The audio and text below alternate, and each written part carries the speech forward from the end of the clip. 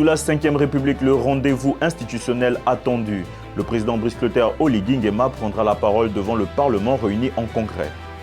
Régulation du numérique. Certains VPN seront bloqués par la Haute Autorité de la Communication.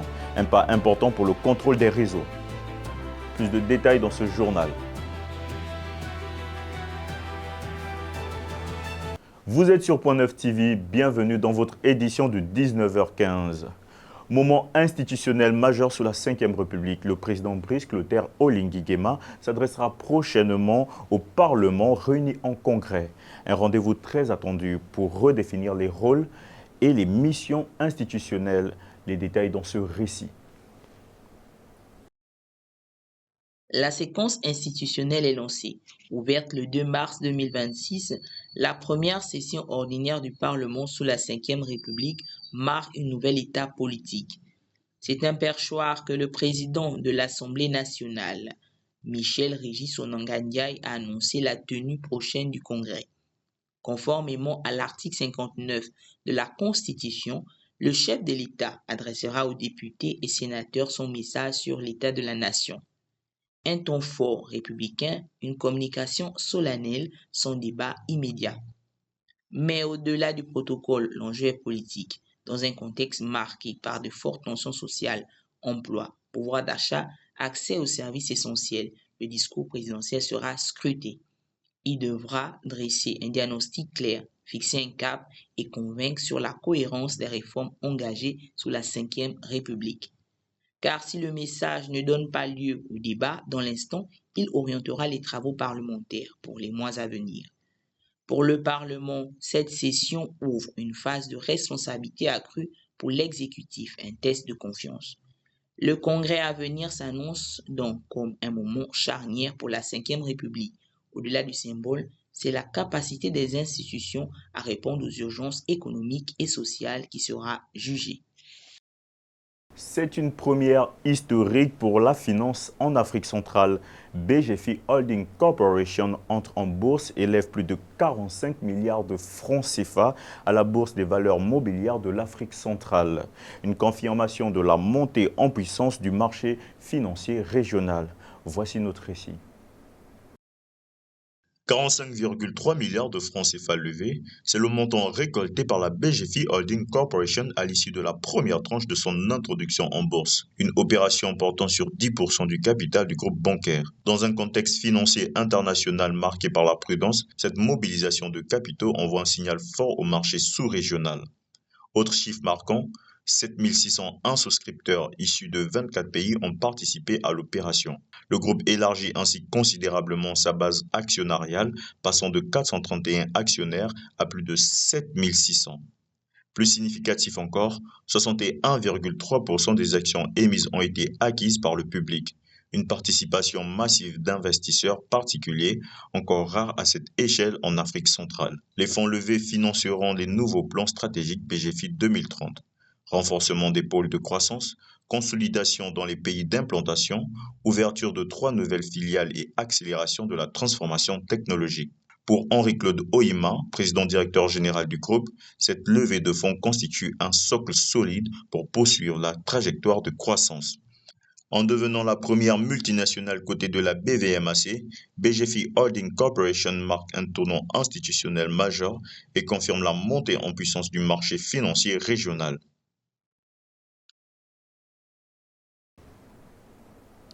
Le baril de Brent dépasse 78 $. Pour le Gabon, dont le budget dépend du pétrole, cette hausse offre un soulagement de bienvenue. Les détails en images. Le marché pétrolier connaît un regain de tension.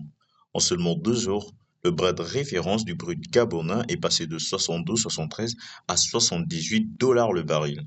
Une progression de près de 8% portée par des tensions géopolitiques. Pour le Gabon, cette hausse est une bonne nouvelle. Le brut exporté par le pays est indexé sur le Brent. Chaque dollar supplémentaire renforce la recette et soulage temporairement le budget de l'État. Après une année 2025 difficile où le baril avait stagné sous 70 $, ce retour au-dessus de 75-78 $ offre une respiration bienvenue. Mais les experts appellent à la prudence. Les prix du pétrole restent volatiles et sensibles aux événements internationaux. Pour Libreville, l'objectif est clair. Profiter de cette embellie sans baser la trajectoire budgétaire sur la hausse incertaine du pétrole. La régulation numérique franchit un cap important au Gabon. La Haute Autorité de la Communication met en place un dispositif pour bloquer certains VPN. Plus d'explications avec Maggie Kinga Koge. Au Gabon, le dossier du blocage des VPN prend une nouvelle dimension. La Haute Autorité de la Communication confirme le déploiement d'un dispositif technique visant à restreindre certains outils de contournement numérique, une décision assumée par son président, Germain Goyou Moussavou, mais dont l'impact économique soulève des interrogations. La stratégie repose sur un tri en 3 catégories: maintien des VPN d'entreprise, surveillance des applications déjà installées et restriction des VPN grand public. Une approche présentée comme équilibrée. Mais filtrer des flux numériques chiffrés exige des infrastructures lourdes et coûteuses. L'investissement initial pourrait avoisiner plusieurs milliards de francs CFA avec des charges annuelles significatives. Au-delà des dépenses techniques, les économistes redoutent un effet domino sur les PME, les indépendants et l'attractivité numérique du pays. Selon plusieurs estimations, la perte globale pourrait atteindre entre 15 et 40 milliards de francs CFA par an. Un choix stratégique aux implications bien plus larges que le simple contrôle des réseaux sociaux. Ils ont 100 ans ou plus et incarnent l'histoire de notre pays. Cette semaine, la Caisse nationale de sécurité sociale leur a dédié une opération spéciale. Un récit signé Maggie Kinga Koge. Un cercle de vie. Pour les doyens, chaque déplacement est parfois un défi, chaque soin une nécessité. Durant plusieurs jours, la Caisse nationale de sécurité sociale a sillonné le pays pour aller à la rencontre des assurés centenaires. L'opération s'est déroulée en parallèle du calendrier habituel de paiement des pensions. À domicile ou en agence, les bénéficiaires ont reçu un appui matériel pensé pour le quotidien, équipement de suivi médical comme des tensiomètres et thermomètres, dispositifs d'aide à la mobilité, moustiquaires imprégnés, ainsi que des produits d'hygiène adaptés aux personnes en perte d'autonomie. Des effets vestimentaires et accessoires pratiques complétaient l'ensemble. Mobilisation interne, coordination logistique, déploiement dans le Grand Libreville et à l'intérieur du pays. L'institution a activé ses services opérationnels pour assurer la distribution sous l'encadrement des responsables locaux. Au-delà de l'aspect matériel, l'initiative traduit une volonté d'attention particulière envers les plus âgés. Un signe envoyé en faveur de la solidarité intergénérationnelle. Reste toutefois une réalité plus large. Pour les retraités, l'enjeu central demeure la stabilité des revenus, la continuité des soins et un accompagnement durable face aux fragilités liées à l'âge. Car si le geste est salué, la protection sociale des seniors se construit dans la durée. À la foire municipale de Port-Gentil, le député Richard Albert Royembo a présenté aux habitants le bilan de la dernière session parlementaire. Retour en images avec notre correspondant Estranel Ovonondon. La foire municipale Pierre-Louis Agonjo-Okawe a accueilli samedi dernier une nouvelle édition du compte-rendu parlementaire devenu traditionnel pour le député Richard Albert Royembo.